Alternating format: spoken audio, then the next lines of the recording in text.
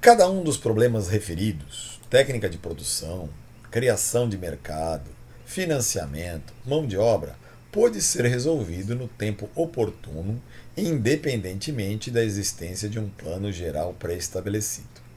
Ou seja, o que o Celso Furtado está dizendo aqui é que esses problemas que ele se propôs, né, técnica de produção, know-how, né, criação de mercado, demanda, né, o financiamento da produção e a questão da mão de obra, eles puderam ser resolvidos no tempo oportuno, independente de os caras fazerem um plano ou não. Então, ele não entra na questão de se existir um plano de se estabelecer as coisas dessa maneira ou não. Aí a gente pode botar algumas cunhas interpretativas, né? A coisa fica mais controversa.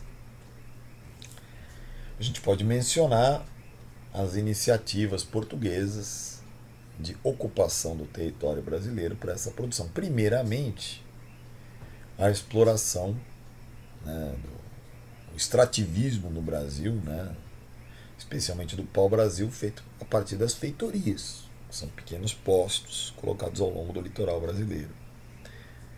Isso vai de 1502 a 1532, quando, né, são criadas, né, criado através de um regimento de 1532, o sistema de capitanias hereditárias, que divide o território brasileiro, né, o litoral brasileiro, na linha do Tratado de Tordesilhas.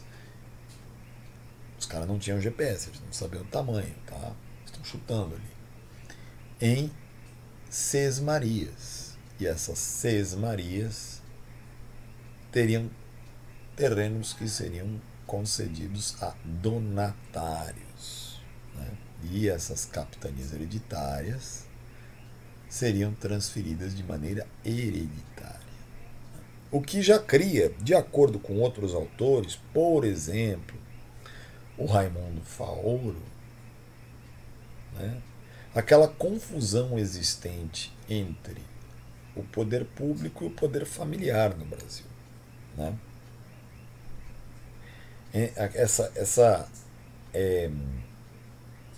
Essa promiscuidade existente entre relações pessoais e familiares e relações burocrático-administrativas, né, ligadas às políticas públicas, que levam a certos comportamentos da nossa sociedade, que a gente bem conhece, né?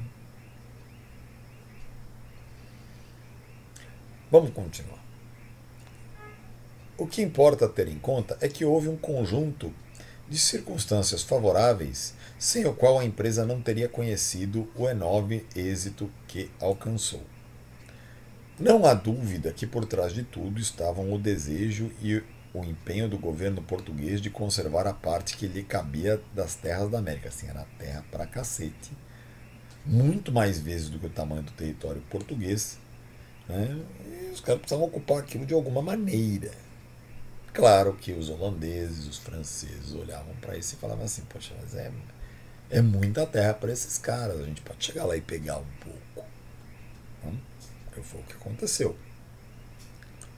Das quais sempre se esperava que um dia sairia o ouro em grande escala. Sim, sim, sim. O texto de fundo, né, o texto de fundo deste grande plano de ocupação do território brasileiro através do sistema de capitanias hereditárias e do plantio de cana-de-açúcar para a refinação de açúcar. A empresa açucareira tem um grande plano de fundo que é: vamos fazer isso enquanto não se descobre ouro no Brasil.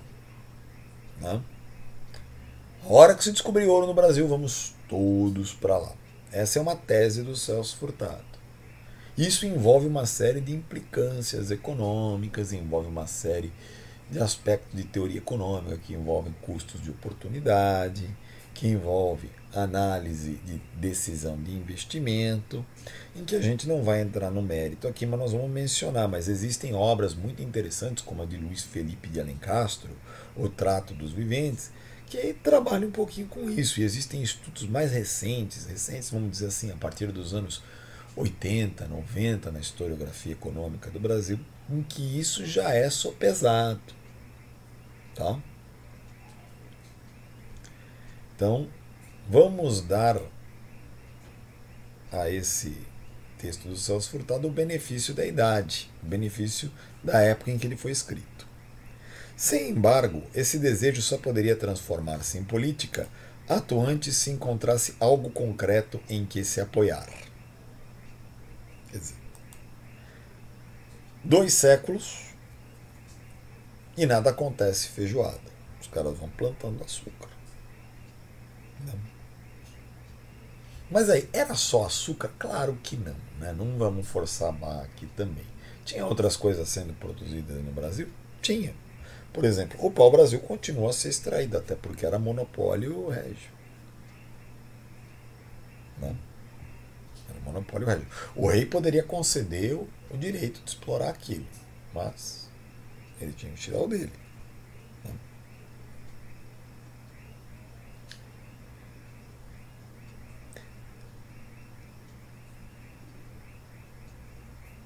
Sem embargo, esse desejo só poderia transformar-se em política atuante se encontrasse algo concreto em que se apoiar. Caso a defesa das novas terras houvesse permanecido por muito tempo como uma carga financeira para o pequeno reino, seria de esperar que tendesse a relaxar-se. Ou seja, esse projeto dos portugueses, essa é a hipótese do Celso Furtado, essa é a tese, desculpem, aventada pelo Celso Furtado, falou assim, olha,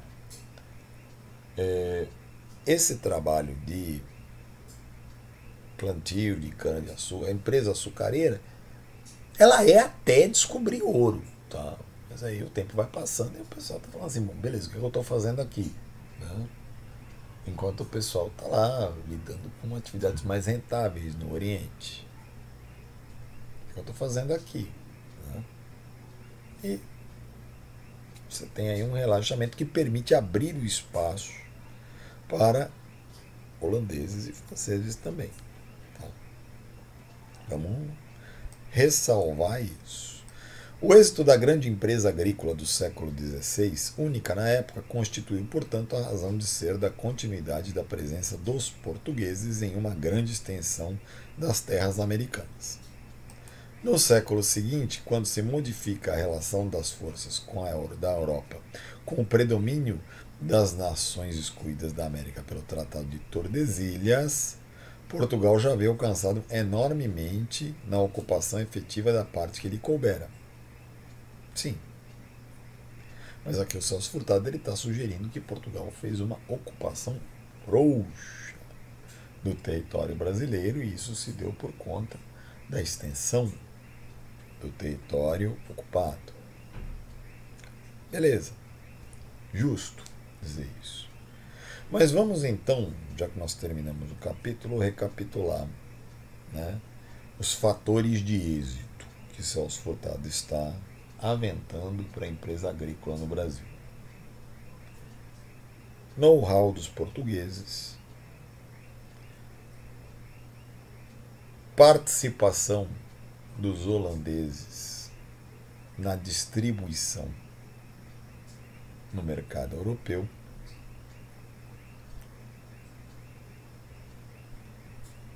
financiamento da produção dos portugueses pelos holandeses, uso de mão de obra escrava, uso de mão de obra de mais baixo custo, na visão do Celso Furtado, e a necessidade dos portugueses de ocupar o território com alguma atividade enquanto não se descobrisse uma outra. Ou seja, uma questão aí de emprego, de capital ocioso.